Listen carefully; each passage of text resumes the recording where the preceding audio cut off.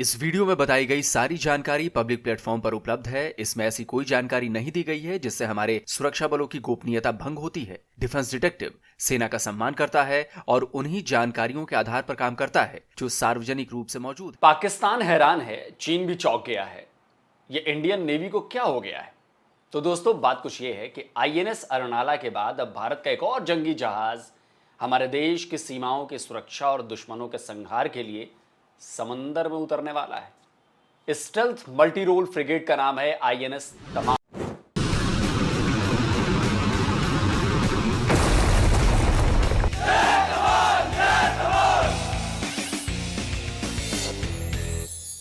तो भैया पाकिस्तानियों, कुर्सी की पेटी बांध लो, क्योंकि कराची से लेकर ग्वादर तक को तबाह करने की कुवत रखने वाला आईएनएस तमाल अगले कुछ दिनों में इंडियन नेवी की शान बढ़ाने के लिए आ रहा है। दोस्तों, तमाल का अर्थ जानते हैं आप? तमाल देवराज इंद्र की तलवार का नाम था। अब यही दिव्य अस्त्र अब इस जंगी जहाज के रूप में आने वाला है और इसका प्रतीक चिन्ह है एक खूंखार भालू। ये रामायण के पात्र और भालू राज जामवंत और रूस के राष्ट्रीय पशु का प्रतीक है। आईएनएस तमाल क्रिवाक क्लास का 8वां फ्रिगेट है और यह तुशील श्रेणी का दूसरा जंगी जहाज है। आईएनएस तुशील को 9 दिसंबर 2024 को भारतीय नौसेना में शामिल किया गया था। आईएनएस तलवार और आईएनएस तेग भी इसी क्लास के हैं, लेकिन आईएनएस तमाल और आईएनएस तुशील इनसे अपग्रेडेड फ्रिगेट शिप हैं। आपको आईएनएस तमाल के बारे में थोड़ी और जानकारी दे देता हूं। आईएनएस तमाल एक multi role stealth guided missile frigate है। इसका फ्रिगेट कोड है F71। INS Tamal AK-630 closing weapon system से लैस है।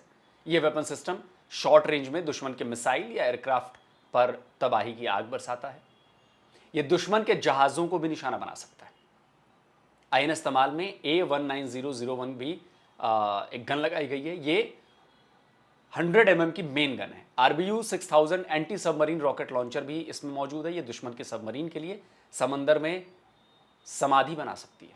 आईएनएस तमाल के तरकश में शटल मिसाइल भी है। यह वर्टिकल लॉन्च MRSAM है जो दुश्मनों के हेलीकॉप्टर और प्लेन्स को टारगेट कर सकता है। अब इस फ्रिगेट का ब्रह्मास्त्र देखिए। यह है ब्रह्मोस सुपरसोनिक क्रूज मिसाइल।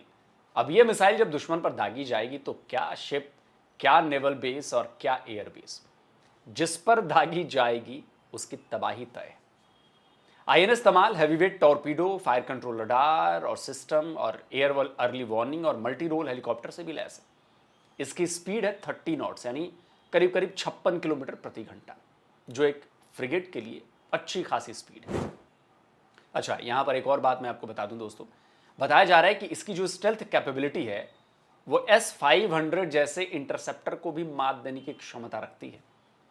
अब इस पर और ज्यादा डिटेल आनी बाकी है, यानी ये और भी दूसरे इंटरसेप्टर से बच सकता है। इस फ्रिगेट में लगाए गए 26% जो कंपोनेंट्स हैं वो भारत में बने हैं। 125 मीटर लंबा और 3900 टन वजनी ये नेवी वॉरशिप 1 जुलाई को रूस के कैलिनिंग्राड में कमीशन किया जाएगा। तो बस इंतजार है उस दिन का जब ये शानदार लड़ाकू जहाज हमारी नेवी की शान और दुश्मनों के होश उड़ाने भारत आएगा।